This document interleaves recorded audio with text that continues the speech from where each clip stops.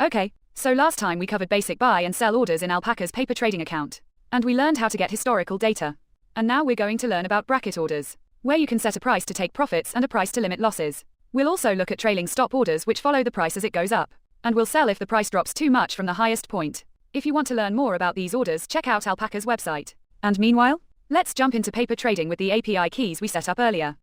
And remember, you'll need to replace these keys with your own, which you can generate on Alpaca's website. Then go ahead and run this cell. Now, as you can see, we don't have any stocks or crypto in our account right now. So let's revisit the basic orders we covered in the previous tutorial and buy some Bitcoin. Oh, and just a reminder, this is not financial advice. I'm not recommending you buy crypto or any stocks. This is just to show you how to do it in a paper trading account where no real money is involved. But first let's use the get all positions method to check that our portfolio is empty. And yes, it is empty. So let's buy 0.1 Bitcoin just like we did in the previous tutorial. And there we have it. And again, not the full amount due to the trading fees applied to this transaction. So let's recheck our portfolio with Python. Yup, there it is, the part of Bitcoin we bought. So now it's time to sell it. And to sell all the Bitcoins we have instead of hard-coding the amount to sell. This time we'll use the API to get the exact amount of Bitcoin we have and sell it all. This will help solve the issue we ran into in the previous tutorial. And here we go. Wait for it.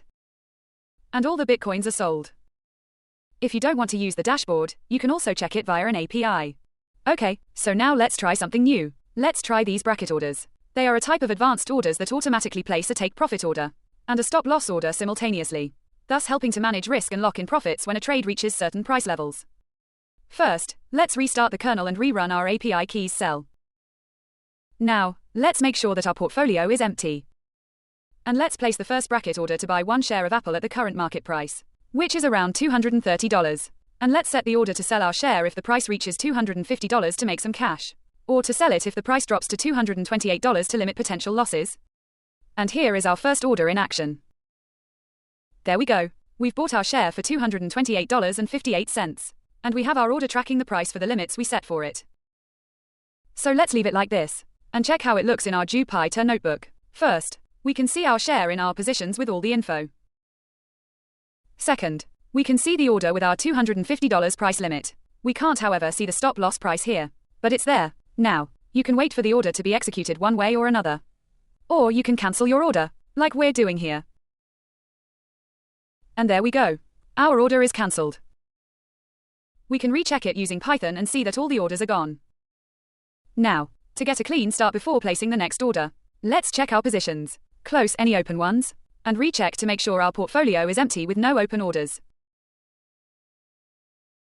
When it's done, let's restart the kernel to get ready for that new order. This time, instead of hard-coding the take profit and stop loss prices, we'll use average entry price to calculate them. This might be helpful sometimes. So, let's reapply our keys and once again recheck our portfolio. We are ready. Okay, so in here it gets a bit more complicated. We first submit a market order to buy one share of Apple and wait 5 seconds for it to be filled. After the order is filled, we calculate the take profit and stop loss prices, based on the average entry price of the Apple position, making the take profit price $1 higher than the average, and the stop loss price $1 lower. We print out these prices. Finally, we create a bracket order with a take profit and stop loss and submit it to Alpaca, hoping that the price of Apple hasn't changed too much during the few seconds it took to prepare the order. We're doing this because I encountered an issue with calculating the average price otherwise. So it's not a perfect solution, but it shows what can be done with this order. And we can see in our dashboard how the orders are being filled. We'll get back to them in a moment. Now, back in our notebook we can see the take profit and stop loss prices we've calculated. We can see that we have 2 shares of Apple but only one is available. The second one has already been allocated to the bracket order. And in that order we can see that the limit price is as calculated, $229.95. We can see the same thing in our dashboard. The limit sell price, the other orders and the 2 shares we have. So we did it. Everything is working as expected and we could wait for the price to reach one of the limits. However, I'll let you enjoy watching how the orders are executed on your own.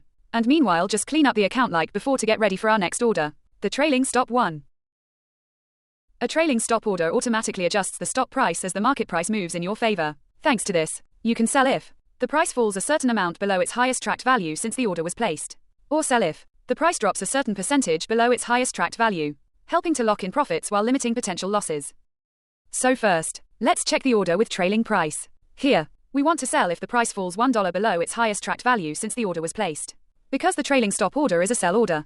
We first submit a market order to buy 1 share of Apple. After that, we create a trailing stop order using a fixed $1 trailing price, which will sell the share if the price falls $1 below its highest tracked value. Finally, we submit the trailing stop order. And here is what happens. We've got 1 share of Apple, and we have our trailing stop order. So let's see what happens now with our stop price. Our average entry price was $229.04 and current price is $229.01. Current stop price is around $228.08. And it's based on the HWM, highest watermark, highest tracked value. That at the moment is around $229.08. Now if we wait for a moment, the price will change. And if it goes up, our HWM and stop price will also adjust. Let's see. And here we go. Now our HWM is 5 cents higher. And so is our stop price. After another minute or so, we can see that the stop price has gone even higher. Just like that, without doing anything, we could get a higher reward if the price keeps rising, while risking much less than we did at the beginning. Now our stop price is only about 90 cents lower than what we paid for the share. So we can lose less than 90 cents instead of $1 like we would have at the start. And once again, you can wait to see how it works for longer time. But for the purpose of this tutorial, let's just cancel this order and close open positions to get to that trail percent order. So now we will continue tracking the price. But this time our stop price will be based on a percentage of the highest tracked price. Now, if we try to simply copy and paste the previous code, with that small change from trailing price to trailing percent, we will encounter an error. Because we're attempting to calculate the price before the shares have been bought. Therefore, we need to wait for a short time before making that calculation, using a simple time-sleep method. And after this fix, the code should work smoothly. Okay, so let me just sell the share we just bought, restart the kernel and start again. Now with this small adjustment we might need to wait a little longer. But after the buy order is filled, 5 seconds later, we create a trailing stop order using a 1% trailing percentage, which will sell the share if the price falls 1% below its highest tracked value. And here is our share and the trailing stop order is filled. So once again we can check how the stop loss price changes. Almost instantaneously our HWM went up by 10 cents from the entry price to $229.23. So, with the trailing price order the stop price would be around $228. While with the trailing percent order the stop price is around $227. And that is the main difference between these two orders. Okay, so just for the sake of this tutorial, let's wait for a bit like we did previously and see that the price here also changes. And see that as the price goes up, both the HWM and our stop price rise as well. But when the price goes down, the HWM and stop price remain unchanged. Thanks to this we know we won't lose too much money if the price continues to drop. Cool, we can rest now. So, let me for the last time in this tutorial sell all the shares, close all orders, and see that I finish with $50 less than I had at the beginning. It's a good thing that this is only a paper account with no real money at stake. Anyway, meanwhile, that's all I had for you here. I hope you like this info about more advanced orders in Alpaca, and in the next video we'll learn more about agents, and see if we can use LLMs to create our trading agent. We'll see how they can help us during preparing the code and more. Hope to see you there. And now, as they say, remember to subscribe to my YouTube channel, and hit that bell button to get notifications whenever I upload a new video. You can also find this tutorial, more about me and my projects on my site, superai.pl. Meanwhile, good luck with everything you do, like with your learning how to create trading bots. Improve yourself, improve your business, improve the world, but also live and have fun. Hopefully, see you soon. Yours, Super AI.